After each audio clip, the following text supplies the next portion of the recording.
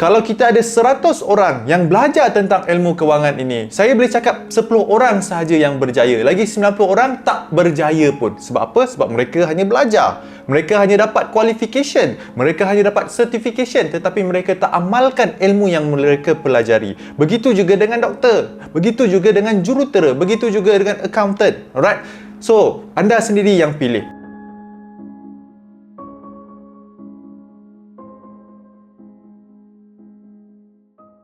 Hai, selamat datang ke YouTube channel saya, Dr. Adam Zubair, Doktor Kewangan Anda. So, topik kali ini saya nak kongsikan kepada anda kenapa ada orang yang memang dalam industri kewangan, iaitu industri yang sama seperti saya, seorang perancang kewangan ataupun penasihat kewangan, tetapi walaupun mereka ni menasihati orang lain tentang kewangan, tetapi mereka sendiri tak dapat capai bebas kewangan, ataupun mereka sendiri dibelenggu dengan hutang-hutang jahat. Benda yang sama juga macam doktor. Okay? Saya dulu pun merupakan seorang doktor perubatan. Sama juga ada doktor perubatan yang memberi nasihat kepada pasien-pasien mereka, tetapi mereka sendiri yang hisap rokok, makan makanan tak berkhasiat, tak exercise dan basically tidak mengamalkan kehidupan seperti apa yang mereka nasihatkan kepada orang lain.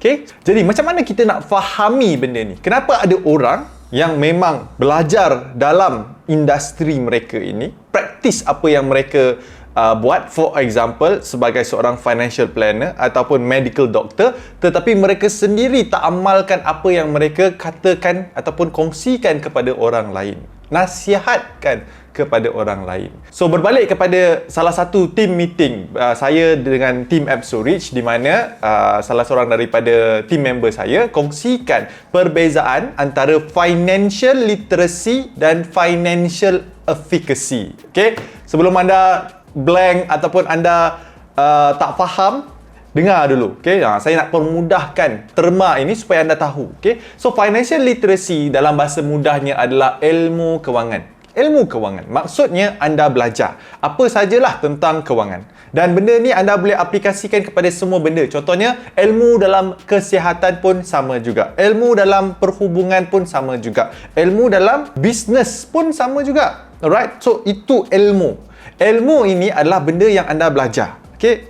Kalau anda boleh belajar sebanyak mana yang anda nak lah, tak kisah, terpulang pada diri anda. Dan financial efficacy ini pula bermaksud anda menggunakan ilmu yang anda belajar ini ke dalam kehidupan harian anda. Faham tak? Maksudnya anda bukan sahaja tahu, anda bukan sahaja belajar semata-mata, tetapi anda memang ambil tindakan dan ambil inisiatif untuk mengamalkan setiap benda yang anda belajar. Tak kisahlah apa saja yang anda belajar. Kalau dalam konteks financial ini, kewanganlah, ilmu kewangan. Anda tahu pentingnya untuk simpan duit, anda pun simpan duit. Anda tahu pentingnya untuk membuat pelaburan, anda pun ambil inisiatif untuk memulakan pelaburan anda. Itu yang dimaksudkan dengan financial efficacy. Jadi saya nak tanya kepada anda rasa mana yang lagi bagus? Sama ada anda tambahkan lagi financial literacy anda, ilmu kewangan, ataupun anda nak betul-betul amalkan segala ilmu yang anda belajar, iaitu financial efficacy ini ke dalam kehidupan harian anda.